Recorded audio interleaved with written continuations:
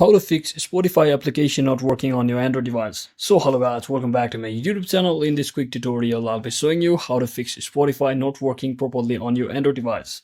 So if you're also facing such issue where your Spotify simply is not responding or simply automatically logs you out after you open it, so there might be issue regarding your application. So first thing what you want to do is you just head over to your settings, and once you're inside your settings, scroll all the way down and select apps section.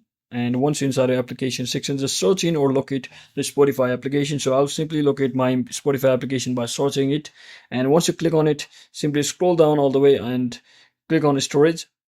And from here, make sure to clear all the cache and clear all the data if you want. And once you do that, you might have to re-log in with your login credentials. And once you try to reopen the application, it will work. And if it's still not working, so there might be problem regarding bugs. So you need to head over to Play Store and just search in for Spotify application just like this.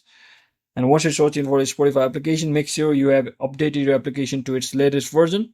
So always check and make sure that your application is to latest changes and there are no bugs available on your application.